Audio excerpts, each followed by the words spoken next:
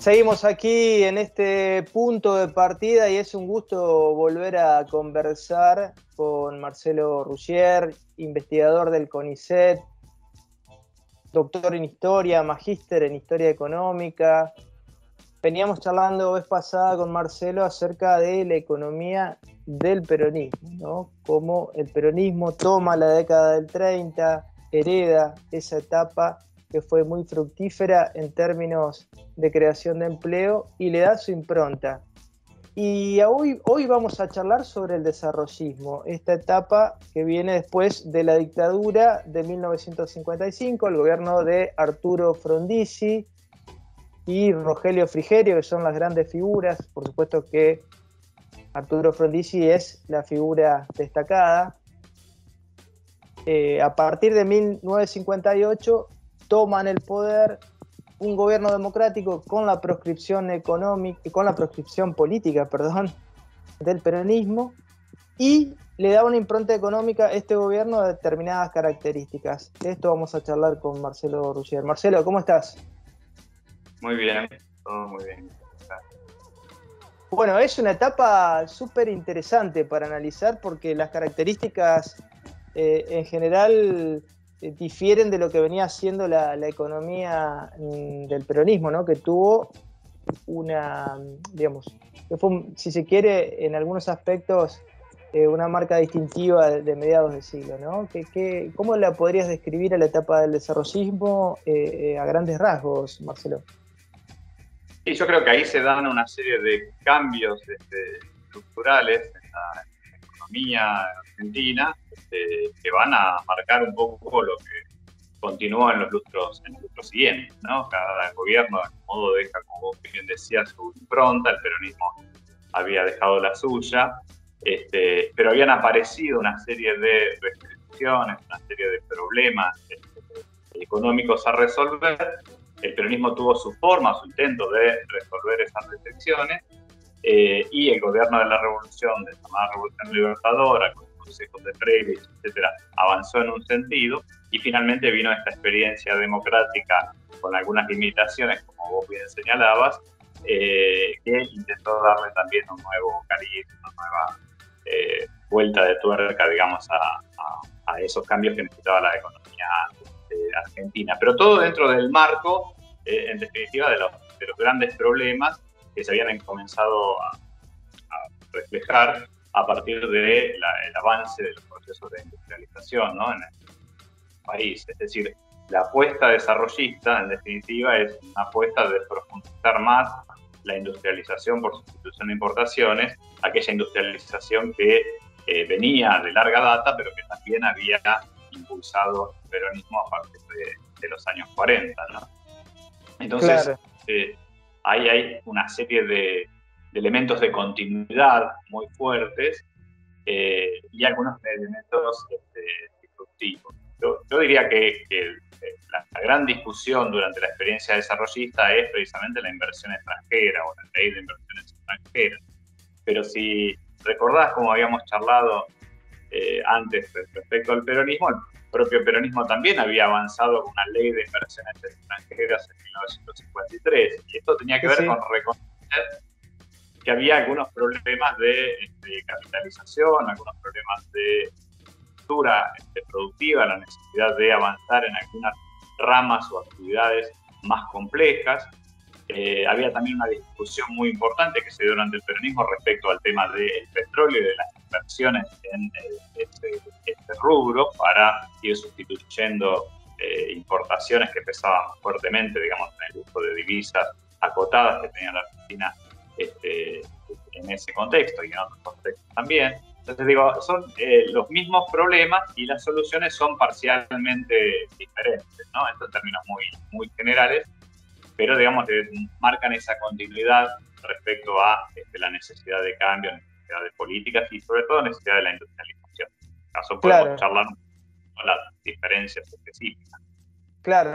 Hablando de la inversión extranjera, Marcelo, hay una idea del peronismo que quizás no es la misma que la del desarrollismo, ¿no? Me refiero al rol que va a tener la inversión extranjera. Esto ya es entrar en el terreno político, ¿no? La política es economía, la economía es política, perdón, y la política también es economía, pero bueno, me parece que también sería interesante hacer esa distinción, o cómo lo ves vos. Sí, tal cual, como vos decís, permitimos una ley de inversión extranjera nacionalista, por el marco de las posibilidades políticas que tiene el peronismo en este contexto. Esto es muchas restricciones y limitaciones a esa remisión de beneficios, etc. Entonces ahí ya como está instalada la necesidad de la inversión extranjera para avanzar en el proceso de sustitución. Cuando Prebisch es asesor de la Revolución Libertadora, también propone un acercamiento a esas inversiones extranjeras y también a los organismos financieros internacionales, como el Fondo Monetario Internacional, etcétera. Esa discusión está. Y cuando Frondizi asume, concretamente entonces en 1958, el gobierno, también levanta en principio una serie de banderas más cercanas al nacionalismo económico que él tenía, que primero por esta coalición que necesita, porque necesita los votos de los peronistas para llegar al poder, pero además porque la tradición del radicalismo, ¿sí?, también tenía una posición claramente nacionalista respecto a las inversiones extranjeras. Entonces había un consenso en torno a eso. Sin embargo, en el andar del gobierno va a variar esa política. Esto deviene fundamentalmente de las ideas de Rogelio Frigerio, como mencionabas antes, que es el principal asesor económico de Frondizi, y se va a plantear la necesidad de atraer sin mayores restricciones al capital extranjero, masivamente en todas las áreas, de forma tal de provocar un cambio fuerte, rápido, estructural, una serie de batallas, esa era la consigna, la batalla del petróleo, la batalla del transporte, etcétera, que permitieran resolver esos estrangulamientos que había en la estructura productiva y avanzar en el proceso de industrialización. Así que ahí hay un cambio en la lógica de implementación de la política económica y de la política industrial, pero atrás supone, un mismo diagnóstico que tiene que ver con esta imposibilidad de la Argentina de seguir avanzando en el proceso de industrialización sin avanzar necesariamente en ramas más complejas, ramas más dinámicas, como por ejemplo, que sumían fuerte costo en términos de divisas por las importaciones de insumos, de equipos, como por ejemplo decíamos del petróleo, el petroquímica, o como el sector automotriz, ¿no? Pero esas son las ramas donde de algún modo se va a estimular el ingreso del capital extranjero por parte de la política frondicista o la política desarrollista, como se la llamó aquí en la Argentina. Estamos hablando de un periodo de gran convulsión política, ¿no? Con sindicatos intervenidos, con la proscripción del peronismo, con mucha efusividad en los ámbitos académicos, la participación estudiantil, por supuesto, está en el medio la salida de la Segunda Guerra Mundial, la Revolución Cubana. Hay una serie de elementos, la Alianza para el Progreso también, que es un paraguas, porque uno tiene que analizar la política interna teniendo en cuenta lo que pasa afuera. Sería un error no hacerlo, ¿no? Cuando hablamos sobre todo de inversiones extranjeras hay que tener en cuenta la Alianza para el Progreso. Y en esto vuelvo sobre la idea de la heredad, de las herencias, tratando de escapar a este concepto errado de que cada gobierno es fundacional. Hay un sello distintivo del desarrollismo y es la industria automotriz. Y es interesante, Marcelo, vos lo has desarrollado en muchas ocasiones, cómo el peronismo va tomando la herencia industrial de los años 30, se encuentra con este cuello de botella, ¿no? Les faltan dólares, sale a buscar inversiones, también lo trató de hacer en el sector automotriz, fracasa, las empresas extranjeras no quieren instalarse en Argentina, no quieren invertir en autopartes, y empieza todo el proceso de IME, ¿no? Con el brigadier de San Martín en la fábrica militar de aviones, y todo ese germen de los talleres artesanales, de donde básicamente van a salir las industrias autopartistas argentinas. Todo eso de alguna manera es tomado por el desarrollismo y digamos, va avanzando fuertemente con un proceso de inversión extranjera. Y es una etapa muy fructífera, Marcelo, ¿no? Sí, tal cual, digamos. Hay, como vos decías, es un momento de muchos conflictos, de conflictos políticos, de conflictos sindicales, de conflictos militares. Es un gobierno que está muy hackeado, digamos, por teos del sector militar.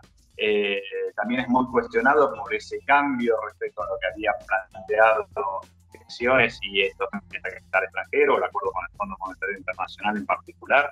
Hay un conflicto entre el gobierno nacional y la provincia de Buenos Aires, donde la provincia de Buenos Aires, el gobernador Allende y con el ministro de Hacienda, Ferrer, lleva adelante un poco las banderas tradicionales del radicalismo, más en línea estructuralista y crítica precisamente al capital extranjero y el gobierno nacional. Hay una etapa muy breve de conflicto, pero de muchas transformaciones que van a ser en todo caso estructurales o de cambios importantes hacia el futuro. Uno de ellos tiene que ver con lo que sucede en el sector industrial y en particular, como vos bien decís, en la industria automotriz, que había empezado a despuntar medio artesanalmente durante el peronismo, que había llamado al capital extranjero también y había iniciado, digamos,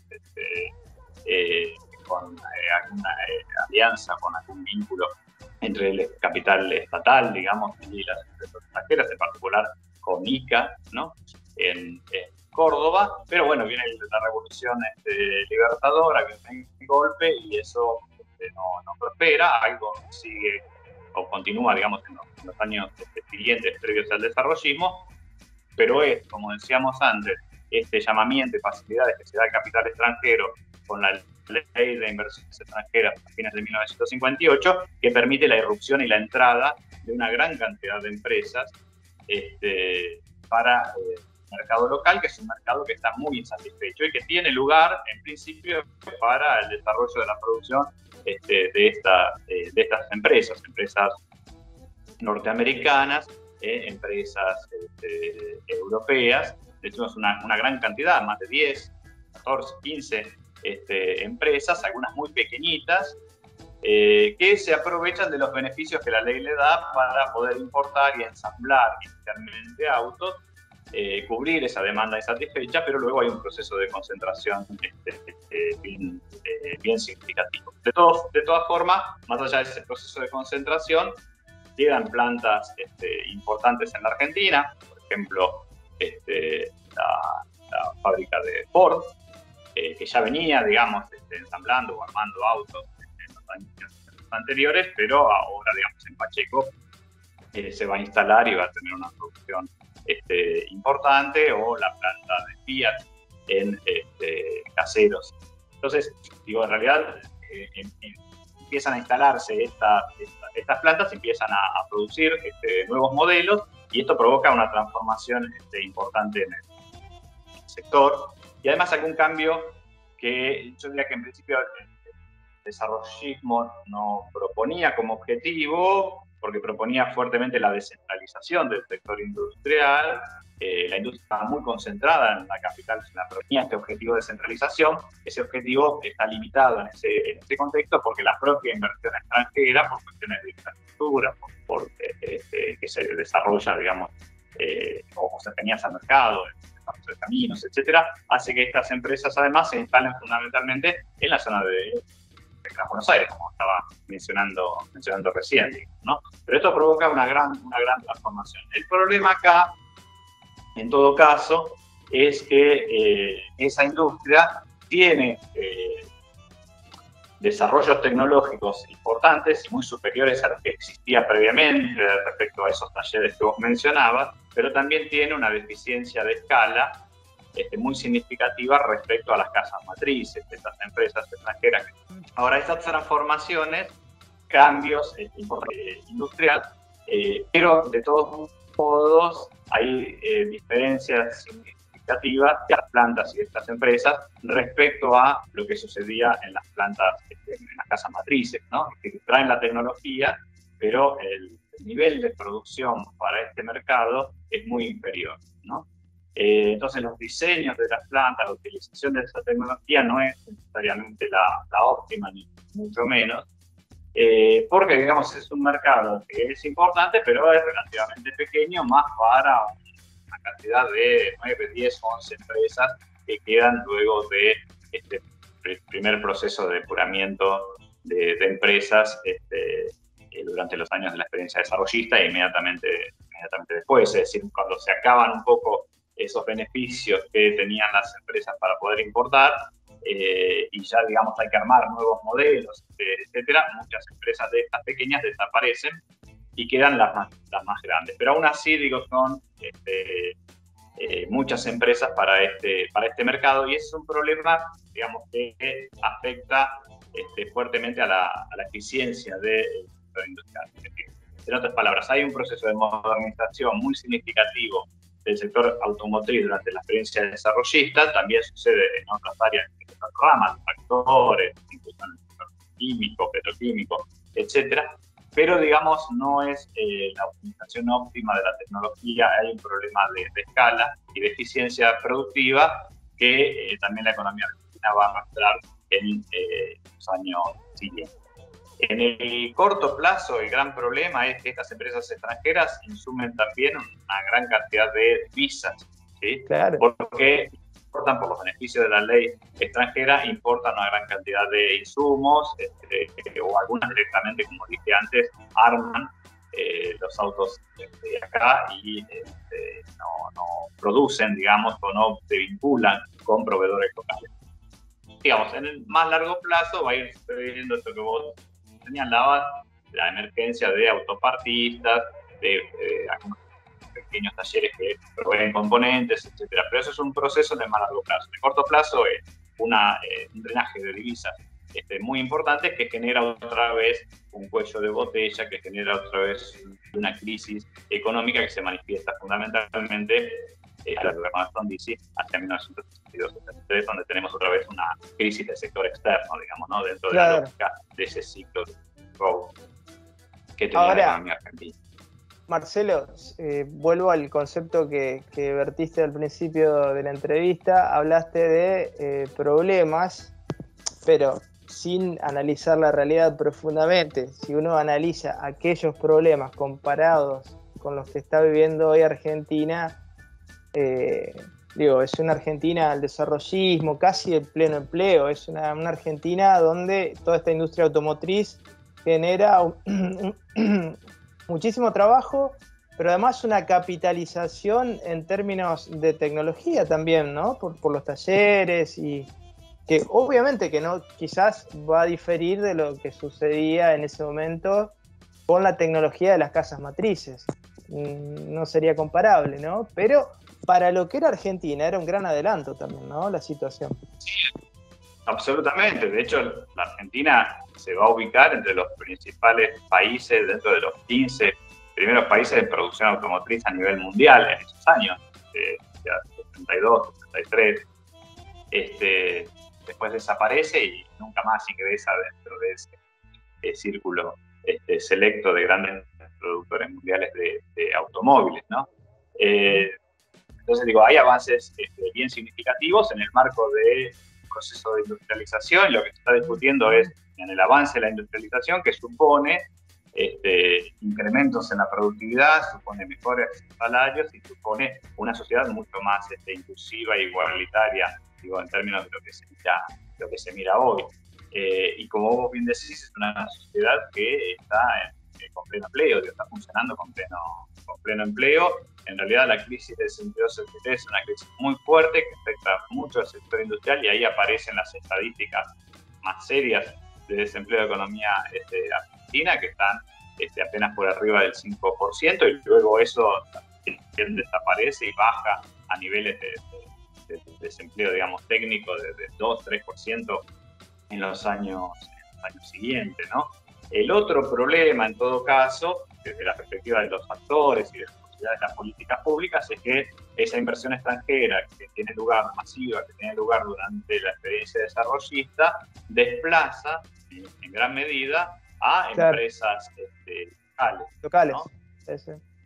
Algunas efectivamente van a sectores donde no hay mucho desarrollo local, ¿no?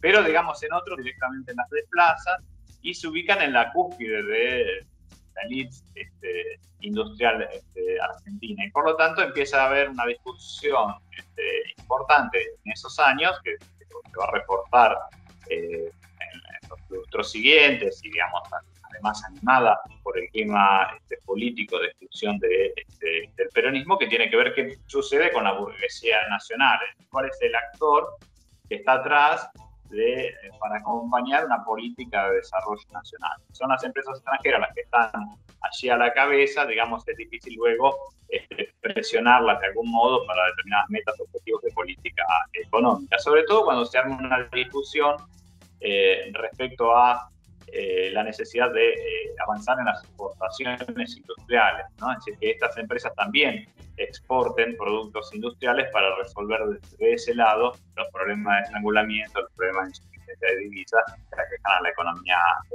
argentina. Porque esto sí es importante, la estrategia desarrollista es una estrategia de integrar más al sector industrial a largo plazo que la posibilidad de restringir el uso de divisas o de la necesidad de divisas para la economía argentina no se verifica, porque la propia inversión extranjera genera el desarrollo de nuevos sectores y nuevas demandas de bienes importados, y por lo tanto esa no es la alternativa a seguir cerrando cada vez más la economía argentina, porque además se generan estos problemas de ineficiencia que hablábamos anteriormente.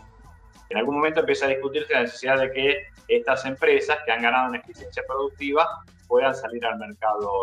Vos hablabas de la Alianza para el Progreso, digamos, de ese contexto, y es precisamente luego de la caída de la experiencia frondicista, que finalmente es muy breve, entre 58 y 62, se va a discutir la necesidad de los acuerdos latinoamericanos en el marco de la LALI, los acuerdos para libre comercio, para generar un mercado común, un mercado integrado, que implica precisamente la exportación industrial y implica necesariamente mayor escala de producción. Claro, de hecho, bueno, hablando de continuidades, después Helvar va a tener un proyecto, trata de implementar a Argentina un proyecto siendo plataforma de exportación de automotriz en América Latina, ¿no? Es un proyecto que dinamiza Helvar, que hay acuerdos con los sindicatos, hay acuerdos con las multinacionales, y todo esto también es herencia del desarrollismo, ¿no? Absolutamente. Precisamente la perspectiva peronista en ese contexto de finales de los 60, primeros 70, que va a encarnar la Confederación General Económica y Helvar a la cabeza, como vos bien señalás, retoma esta necesidad de cierto freno, digamos, control, reconociendo, digamos, la importancia de las empresas extranjeras, pero también alentando el desarrollo de las empresas nacionales y, en todo caso, como decía antes, de la burguesía nacional. Es decir, lo que reconoce es que el llamamiento a la inversión extranjera ha generado estos otros problemas, y por lo tanto hay que tener políticas de revitalización de las empresas nacionales y de los empresarios locales y del Estado nacional, tanto como empresario como regulador, para ponerle algún tipo de veto y control y límites a las empresas extranjeras dentro de la estructura productiva de la Argentina, ¿no? Y eso se expresa con claridad en el plan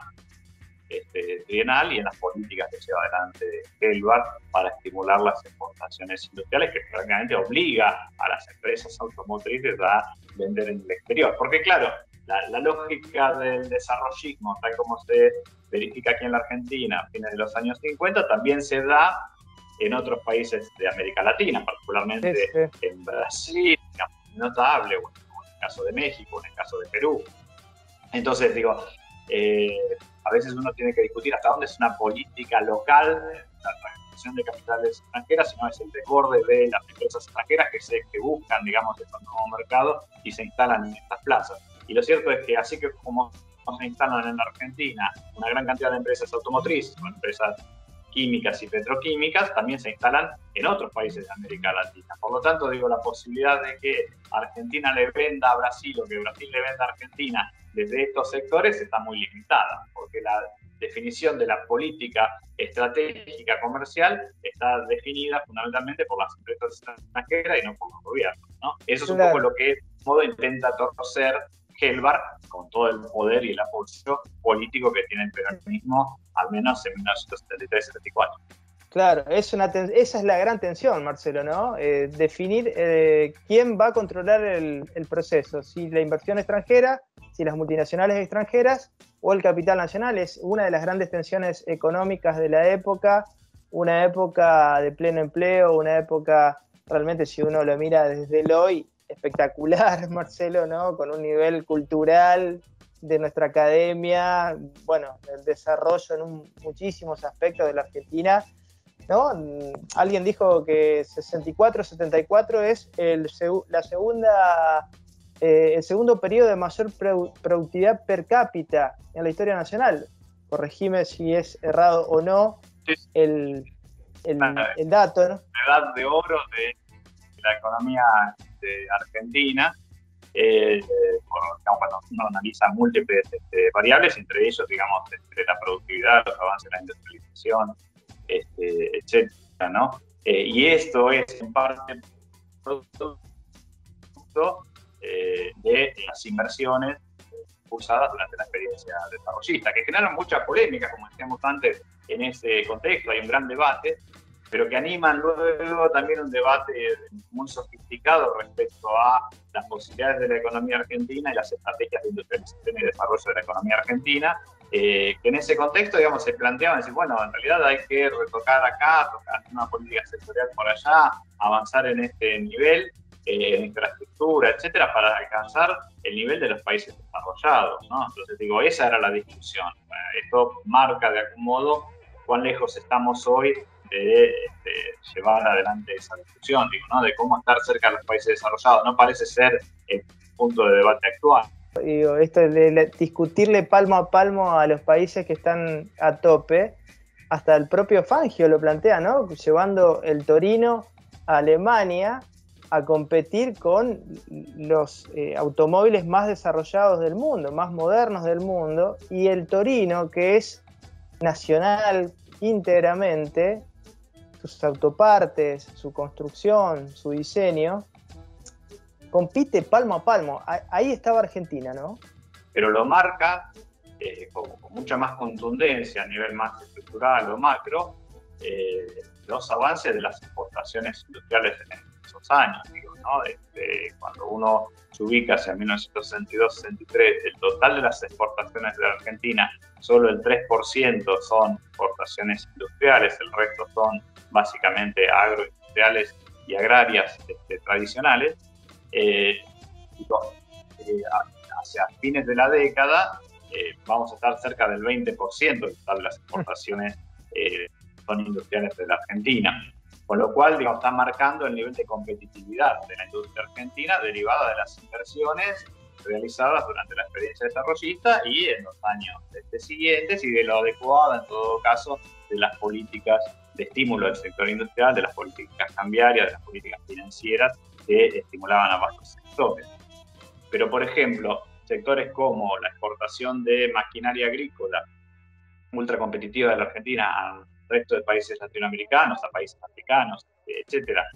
Sectores como la exportación de tocadiscos, los famosos Winco, a el resto de los países latinoamericanos, etcétera, están marcando, ¿no? Cuando uno mira los premios a la exportación, a los productos de exportación de la Argentina en la década del 60, marcan un nivel de desarrollo tecnológico muy importante, ¿no? Que eso después se pierde, aun cuando haya exportaciones industriales significativas, son básicamente en la década de los 80 en adelante de insumos o de bienes intermedios, sea acero, sea aluminio, etcétera, pero que revelan un nivel de desarrollo tecnológico menor, bienes menos sofisticados, ¿no?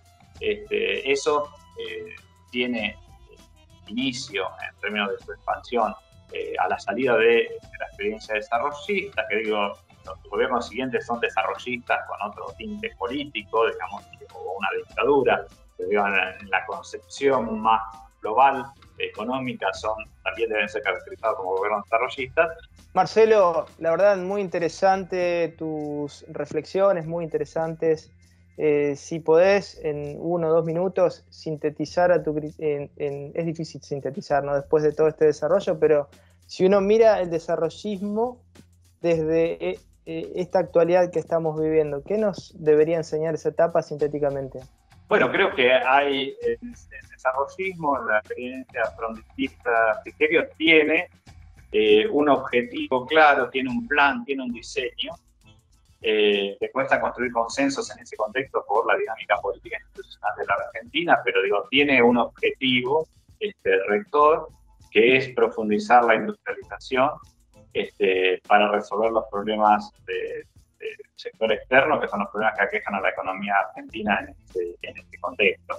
Desde ese punto de vista es el diseño de una estrategia de desarrollo de largo plazo, que tiene sus bemoles, sus idas y vueltas, que fracasa desde el punto de vista político, más o menos rápidamente, pero que deja, digamos, algunos cambios estructurales de más largo plazo que van a ser herencias importantes y superadoras, en todo caso, de lo que existía previamente.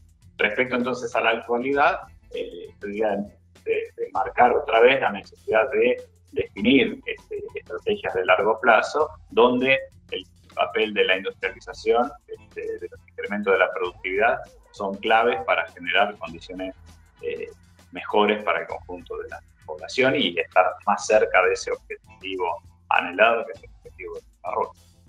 Claro, claro. O dicho de otra manera, podríamos afirmar que sin industria no hay una productividad global de la economía que permita una sociedad democrática realmente, Marcelo. Y básicamente uno podría establecer esa relación positiva entre industria, desarrollo, democracia. Marcelo Eso sigue Ruschier, siendo todavía instalado en el contexto de los años 50 y 60 y creo que sigue siendo válido para la sociedad actual. Totalmente, totalmente. Marcelo Ruschier, investigador del CONICET, magíster en Historia Económica, doctor en Historia. Muchísimas gracias por estas reflexiones. No, gracias a vos, Luis.